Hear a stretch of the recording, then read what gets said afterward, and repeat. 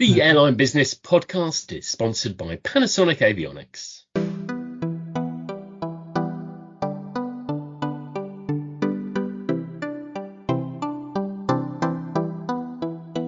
Hello and welcome to the Airline Business Podcast, discussing key news and trends in the global airline sector.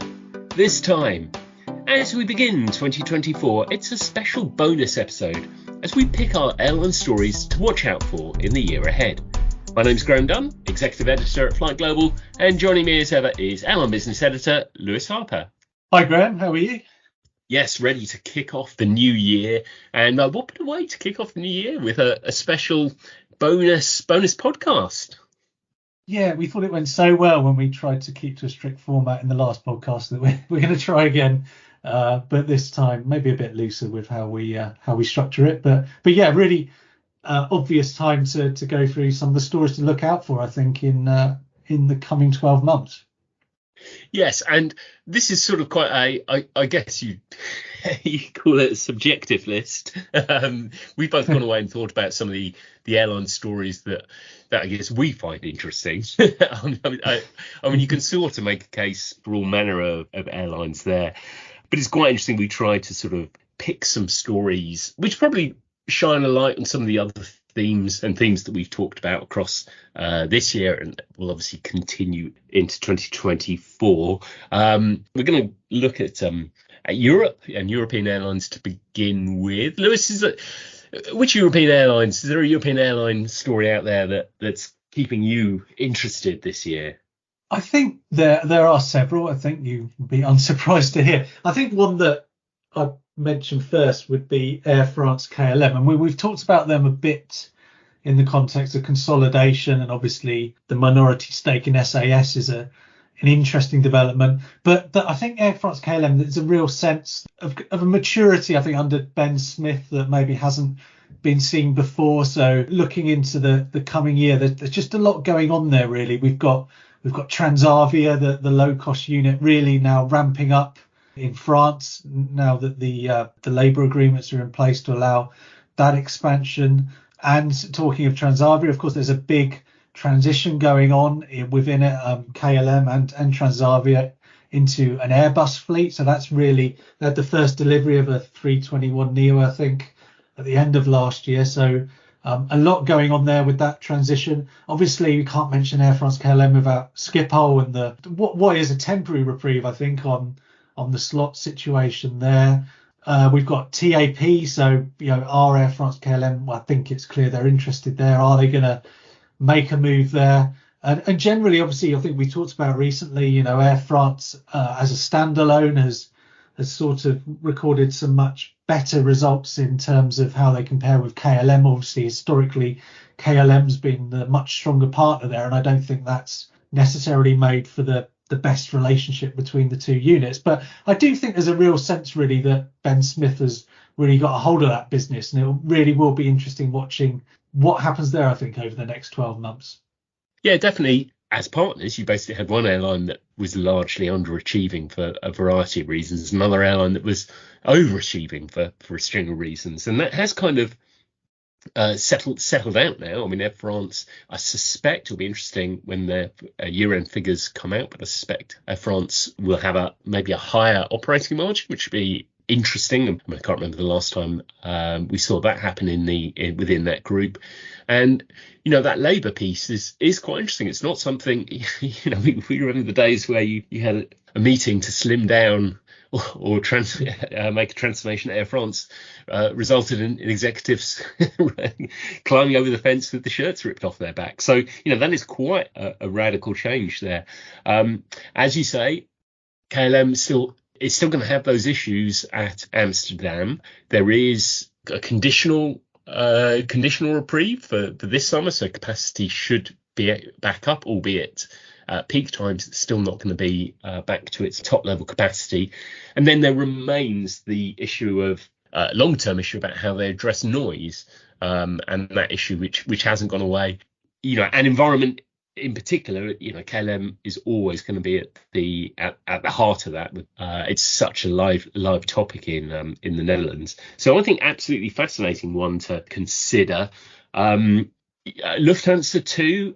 I think they're pretty inescapable as a story that you have to follow. They are involved in so many different areas. I certainly think we're going to get our first indication on what's coming in terms of consolidation and what the regulatory view is going to be on consolidation with their deal for ITA.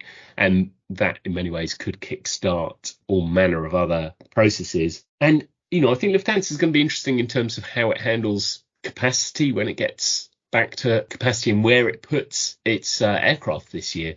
You've reflected before, Lewis, Carsten Spohr has been, very clear on actually the restrained capacity that we have and the supply chain challenges does have an upside in terms of airline profitability and yields. Yes, it does. And yeah, as you say, Lufthansa has been probably slightly slower bringing capacity back than maybe its rivals. That's, partly down to some of the issues in the markets.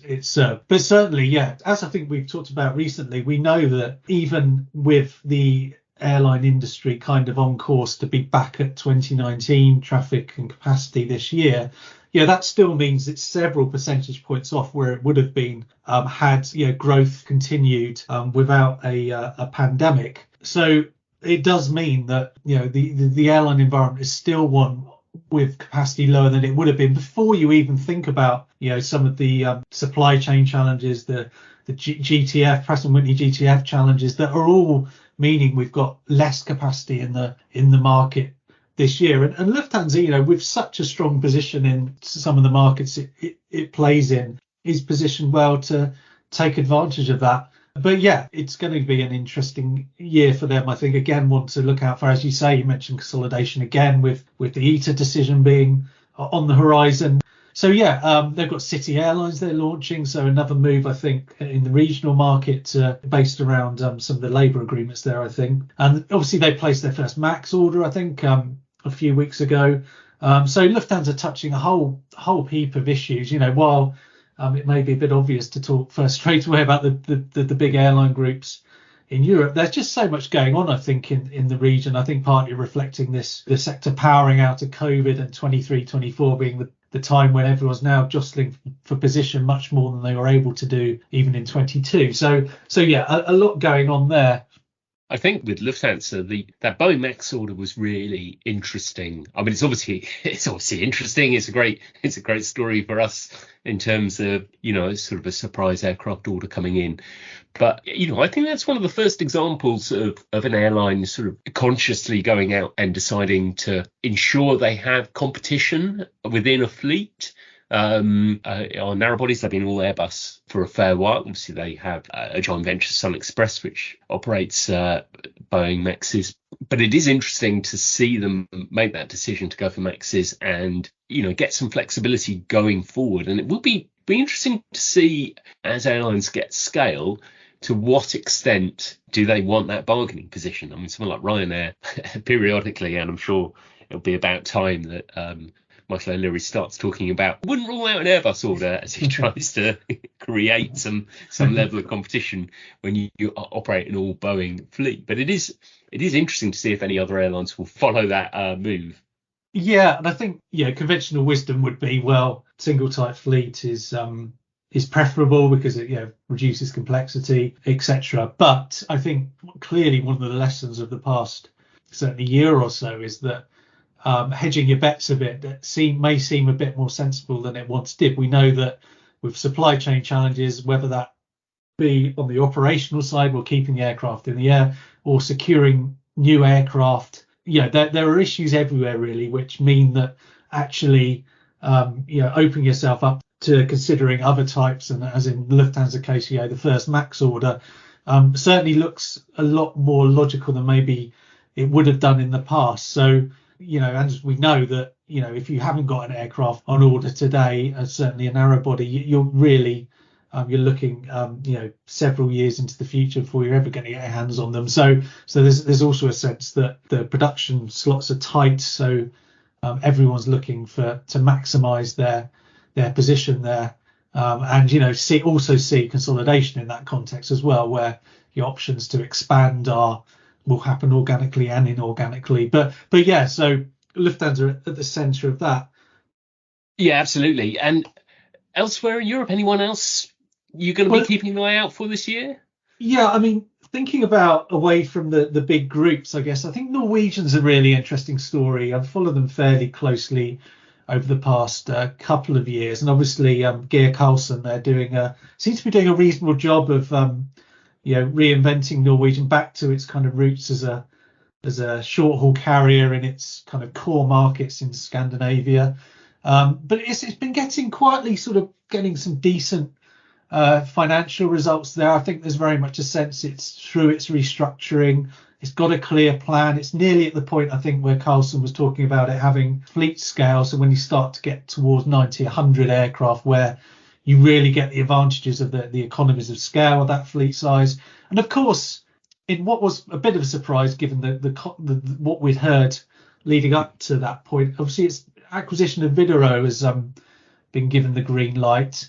And while that, I guess, in some respects is a local story, really, it's not so much, it's Wideroe obviously being a fellow Norwegian operator in largely different markets. Obviously it's a regional carrier. But having said that, it is a European consolidation move that appears to be on its way to happening. So in that sense, with the uncertainty around all the other moves, I think Norwegian stands out there, even if maybe the effects on the wider market will probably be relatively modest, certainly in the short term, versus some of the other moves we know are happening. They're just an interesting airline, really. Obviously, they placed a MAX order, so they've got new aircraft on their way. They've been talking about opening bases outside of their core markets. Obviously, historically, Norwegian pre kind of transformation, so pre 2019, was big on expansion in a pan-European sense. So new bases in outside Scandinavia are pretty common. So I imagine they'll be careful about how they expand. But they have talked about opening a new base in Riga. I think that's on its way soon, and elsewhere.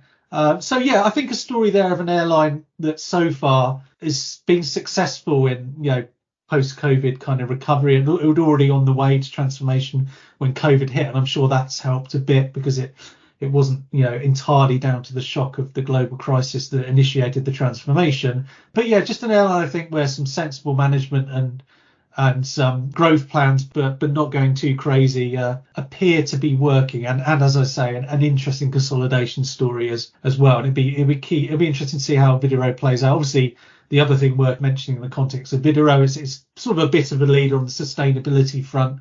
Certainly when you look at alternative power sources for aircraft and things, certainly an airline that's been at the forefront of that. So a Norwegian buying into something there, I guess, that fits with one of the big, or if not the big theme for the airline industry looking over the next 20, 30 years or so. So yeah, just an interesting carrier there. I don't know if there's anyone else in Europe for you, Graham? Yeah, I would probably flag on the fringes, I suppose, technically, geographically straddling Europe and Asia, and to some extent in terms of operation, or often considered similar to one of the big Gulf carriers. I think it's really difficult to look away from Turkish Airlines, which is this. The Turkish market, full stop, has been massive since COVID. There's been an unbelievable growth there in the leisure market. It's rebounded, and all the carriers there, Pegasus and Sun Express, they've all come back remarkably quickly from that period. But Turkish is, a fascinating airline in terms of the growth it wants to achieve. And I think what they have managed to do remarkably well is actually make that transition from being very heavily reliant on on cargo during the initial recovery period from the pandemic, and as the demand came back, switching to back to the passenger market. And they finally came up with the Airbus part of their major aircraft order. They're looking at doubling the fleet, going from 400 to 800 over the next decade or so. A massive commitment and development there. Those aircraft will start coming in. They're probably one of those airlines that can't get aircraft fast enough. Equally, they face this, similar challenges to other airlines in terms of aircraft availability. So it will be interesting to see how quickly they are able to grow in that environment. And then you also see, a very clear plan to develop the low-cost business there. So AnadoluJet, which has been operating for 15 years or so, That will from next year be operating as its own standalone unit. They're rebranding the carrier, so that turns they will be operating under the AJet brand, which is, clearly a more international branding. I think you'll see, more emphasis on expanding internationally. They're looking at more than doubling the fleet. They're at something like a little over 90 aircraft now. They aim to be at 200 aircraft by 2033. It is a growth story where they deploy those aircraft. People are going to notice, airlines are going to notice Turkish Airlines and AJet, whether it be the primary airline or whether it be AJet, operating in their markets. They are, and of course they're not alone in that expansion. Even we talked about Sun Express, of course. You mentioned them in context of Lufthansa, the joint venture with Turkish Airlines. So they're, big expansion plans themselves. We know Pegasus, the low-cost carrier in Turkey, has big expansion plans. But as you say, I think that low-cost bit is particularly interesting to see. Clearly, more flights into markets where there is already competition, in Europe, or obviously one of the key selling points for Istanbul as a hub is its kind of short-haul links with so many markets just because of its location. So it is undeniably full of potential. Equally, lots of capacity going in there. So a really interesting one to watch from a competitive standpoint as well. Clearly, we're undeniably entering a year where I think certainly for the next 12 months, I doubt there'll be much concern about overcapacity anywhere. But when you look at markets like Turkey, those expansion plans, as you say, there's going to be a lot of aircraft coming in and they'll need to be deployed somewhere. I think 2023 was a big year for the Turkish carriers. I think obviously IATA AGM was in Istanbul. A few other global events were held in Turkey. So it was definitely a year where they were willingly trying to raise the profile of the carrier. I think they wanted those big aircraft orders perhaps to have happened a bit earlier. But as you say, they at least got the Airbus one over the line before the end of the year. So lots of profile there. And now it's about delivery, I guess, over the coming years. I mentioned Turkish Airlines are sort of like one of the Gulf majors. Another airline to watch is probably one of the existing Gulf majors, and that's Qatar Airways, isn't it? It is, yeah. I mean, in terms of the biggest surprises in 2023, I guess Akbar Al-Bakir's departure is quite sudden departure, I guess, without too much warning as CEO of Qatar Airways. Is perhaps one of the biggest, really, regardless of the carrier, as obviously a personality in the industry. Have really lost something there. Whatever you think of some of the comments he's made in his time, his long tenure at Qatar Airways. So a big change happening there. I think before we think about anything else about their wider strategy, obviously Badir Mohammed Almir coming in, was Chief Operating Officer of Hamad International Airport, of which I believe the Qatar Airways CEO is also CEO of. So he would have worked with Al-Bakir, but it will be interesting to see what difference that kind of makes, both in terms of Qatar Airways as an organisation and in terms of their strategy. I mean, they've always been a carrier with that incredibly strong figurehead in Al-Bakir. I mean, it was tough sometimes to work out who the other C-suite executives were at times, just because he was such a strong presence. So it will be interesting, before anything else, just to see whether that carries on under the new leader. And it's undeniably brought some success in Doha. There's no question about that. But what this means, I guess, and I guess we'll quite quickly find out, given how high profile Qatar Airways is in the Middle East and beyond. Absolutely. I think I framed it as a man who'd filled aircraft manufacturer order books and reporter notebooks at equal measure, and journalists will certainly miss him.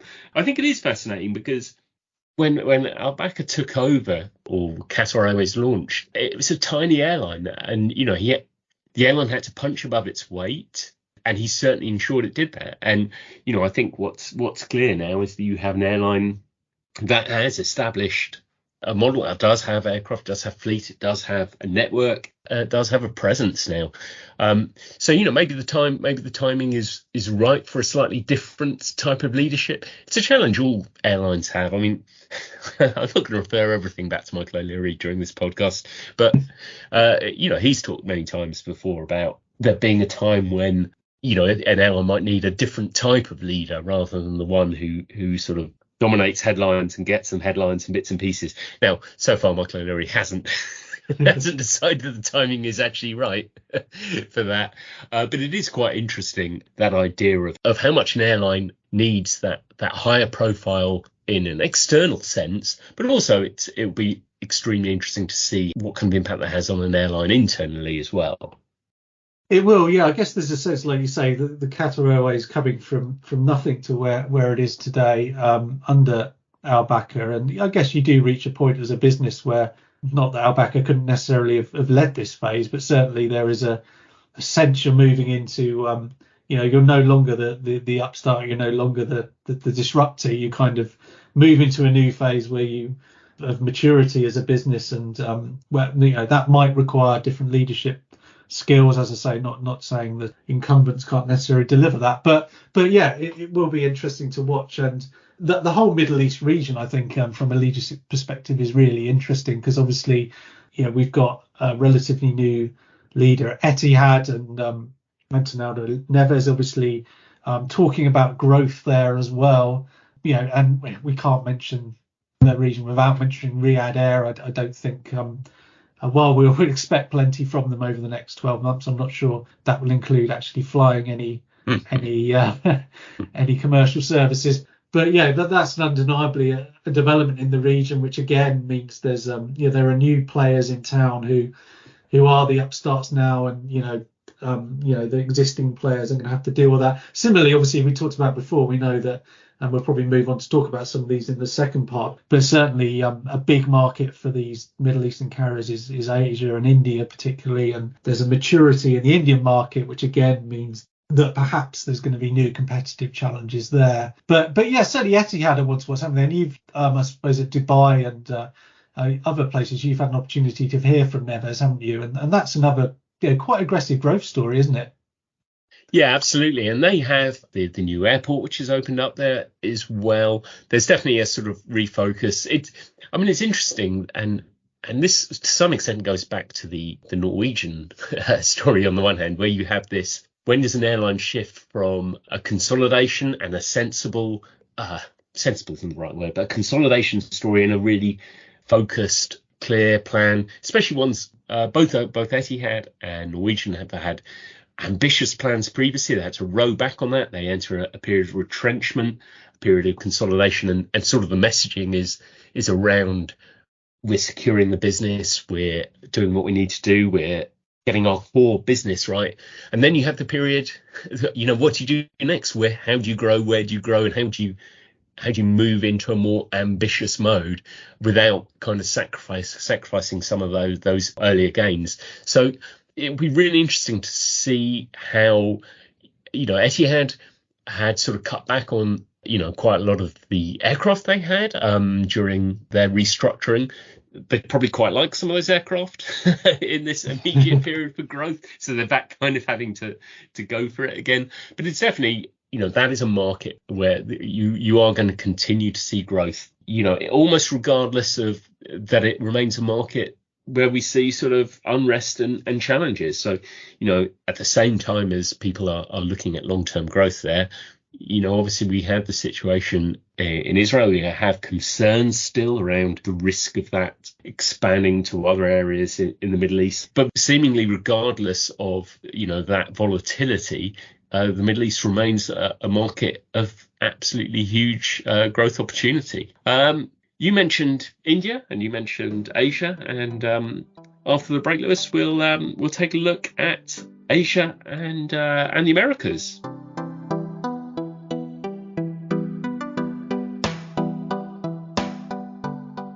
Hello listeners, I'm Andy Mason and I want to introduce you to Beyond Entertainment, a new podcast from Panasonic Avionics. Each week we sit down with the best and brightest in our industry for a quick chat on the future of passenger experience. Everything from display and audio technology to in-flight Wi-Fi and killer digital content to meaningful market research. We're looking at what's now, what's new, and what's next. So join us as we explore the passenger experience. Go beyond entertainment. Available now on your favorite podcasting platforms or on our website, panasonic.aero/beyond entertainment. Welcome back. Before the break, we were talking about Qatar Airways and an airline that had lost a long-term and larger-than-life leader. And I guess in Australia, we have an airline where something similar has happened. Yeah, I mean, we before I go into detail on that, I suppose it's just an interesting trend we've been talking about, isn't it? Whether the era of the big personalities in leading sort of the big airlines around the world is for some reason sort of coming to a close. I think we've seen certainly if you look at some of the transitions at IAG, for example, and elsewhere, you know, there's definitely been a marked move away from some of the bigger personalities. As I say, there could be a variety of reasons for that, and it could equally go the other way at some point, but it's certainly something that's happening. And I think Qantas is an interesting example. Obviously, as you mentioned, long-serving CEO and Alan Joyce leaving in perhaps in the way he wouldn't have wanted, even if he was heading towards departure anyway at some point. But I've talked about before, obviously Qantas is an interesting story looking at it from the outside, because in some measures, you know, its share price was from the prices we track was one of the strongest performing last year. It, you know, financially was doing pretty well. It had, as everywhere did, it had its COVID challenges, even in domestic markets, obviously different states having different rules, which didn't necessarily happen in other large domestic markets. So it was possible to create a narrative where Qantas had actually emerged quite strongly from COVID-19, but equally, you know, a number of stories around Joyce, obviously a long sort of known concern was that, you know, it was around his relationship with unions and the labour force, and, you know, some challenges there. There were, you know, not unique to Qantas by any means, but stories coming out of COVID of lost luggage, etc., getting a lot of coverage in the Australian press. And, you know, various other challenges about his friendship with the Prime Minister, I think, and things like that, you know, rightly or wrongly were seen to be negative towards his ability to continue in the role. So yeah, Qantas is a weird one from that point of view. So they, you know, Vanessa Hudson's now CEO, the former CFO. I think there's a sense that, you know, I think Qantas will be looking for a calm year. I think that's probably what they want more than anything. There's been a few other C-suite changes there. You know, while I think some of the fundamentals are still have been pretty strong there for a while, I don't think by any means Joyce has left a mess. When you actually look at the core business, but I think there's some, you know, reputation and relationship rebuilding to do there. That Hudson will clearly be working hard on. But I think as I say, going back to the point about the leaders airlines need, I think clearly there's a strong argument that Qantas is looking for someone to just quietly, you know, lead them through a few months of settling things down, getting that relationship with customers and labour back into a better place, and to see where that takes the business, I think. Yeah, absolutely. And, you know, obviously the Chinese carriers will be interesting to see how they develop this year in terms of bringing back that capacity. That's a market that is reopening. So far, that has really focused around the domestic market more than internationally. So it will be interesting to see, I suppose, to what extent the Chinese, especially the big three carriers, to what extent they throw themselves back into those big international markets. You know, I mean, before the pandemic and before the crisis, there was a big initiative around, you know, increasing connectivity to some of those secondary points in China. It'll be interesting to see how much of that returns and whether that becomes the focus or how long it takes to happen. So the Chinese market is a key market, both for the Chinese carriers, but also obviously for the airlines serving that market, as is the Indian market. And I think the Indian market is, you know, I think it is just going to be one of the most fascinating ones out there, partly because you have, you know, a variety of carriers looking to develop there, and in particular that you have a flag carrier which in Air India has perennially struggled, but has perhaps got its best opportunity in years to stake a claim to gain a foothold back in that market. Yeah, you're right. I mean, it's difficult to know where to start with the Indian market, isn't it? Because you do have, Indigo as a sort of the runaway success story in a way of the last few years. Very mature business now under Peter Elbers.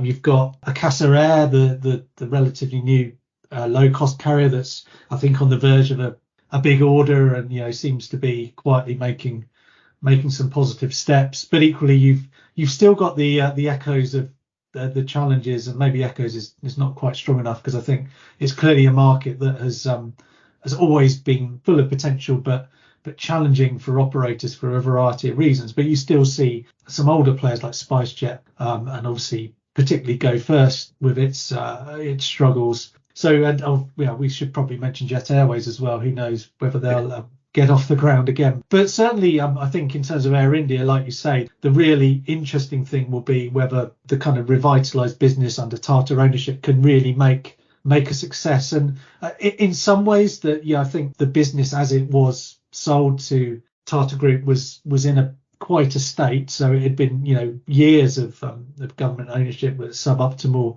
for a variety of reasons, and lots of stories of Campbell Wilson, the CEO, they're having a lot of things to sort out just to get the business on a solid footing. We know that there's consolidation within those moves. So Vistara, which was a joint venture between Tata and Singapore Airlines Group, being merged into the main Air India operation. At the same time, the old Air Asia India operation becoming part of the Air India Express unit. Air India Express taking its first MAX jets, I think, last year. But I think there is a sense that there's a lot of low-hanging fruit that needed sorting out there. And I think 2024 is when we're going to start to see, can it start to make good?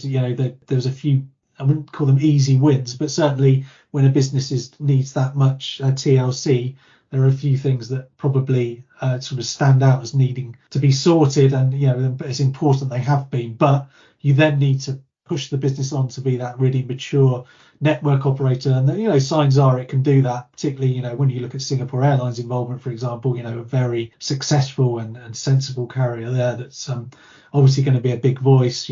So in terms of what happens this year, they clearly need to get those consolidation moves over the line and then really start to push on and prove that this new mature Air India, I guess, is positioned to take advantage of what is that huge potential in that market.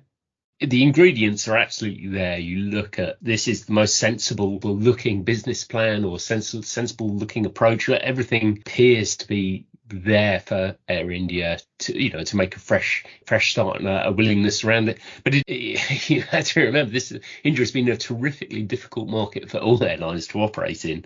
It's always been challenging, and it'll be interesting to see, as you say, actually delivering might prove more challenging. It's one thing to say you're going to do stuff; it can be more challenging to make that happen. But I certainly think that all the ingredients are there. When we look at North America, is the biggest story of this year probably, and it's difficult to see any way past viewing JetBlue as probably the most interesting story for the year ahead still. I think so, yeah. And we are obviously expecting pretty imminently to get the judgment on its Spirit acquisition. It's one of those stories where I think whatever that judgment is there's going to be fallout. And while consolidation, the rationale seems to be there with these kind of the huge players in the big kind of 3-4 airlines in America that kind of dominate the market. The others are looking for scale to compete better with them. We know that JetBlue was knocked back on its Northeastern alliance with American Airlines last year. So it's in what feels like a vulnerable position when, if you add on top Spirit getting rejected, if that happens, what do they do? What did JetBlue do? What does Spirit do? Where does that leave Frontier, who obviously was originally in pole position to take Spirit? So it really is difficult to look beyond JetBlue, I think. And in the wider context, we know, I think we talked about in the last pod, there has been a slight weakness in the domestic US market in terms of yields and some certainly demand in the second half of 2023. So really fascinating one to keep an eye on. And there isn't really, obviously Alaska and Hawaii are making their own consolidation moves, but I think in terms of the fallout, whatever the decision is, it'll be really interesting to watch. And so much, as you say, it's really difficult to look away from that story in North America. And until we have that decision, it feels like so much is up in the air there. But on consolidation front as well, we know that there's sort of a move towards maturity in Latin America that will be interesting to watch as well. Yeah, definitely so. I mean, we've had a consolidation in the past within Latin America, and, you know, we obviously have in LATAM, Airlines Group, biggest operator there, which was coming together of LAN and TAM. Avianca, which has itself had a few consolidations along the way. It obviously teamed up with GOL, with the concept of the Abra group, and this again creates an airline within, or an airline holding structure similar to IAG. And it obviously recognises that within Latin America, consolidation is difficult because you don't have that common aviation area. So you have to retain separate brands in order to retain your landing rights and so forth.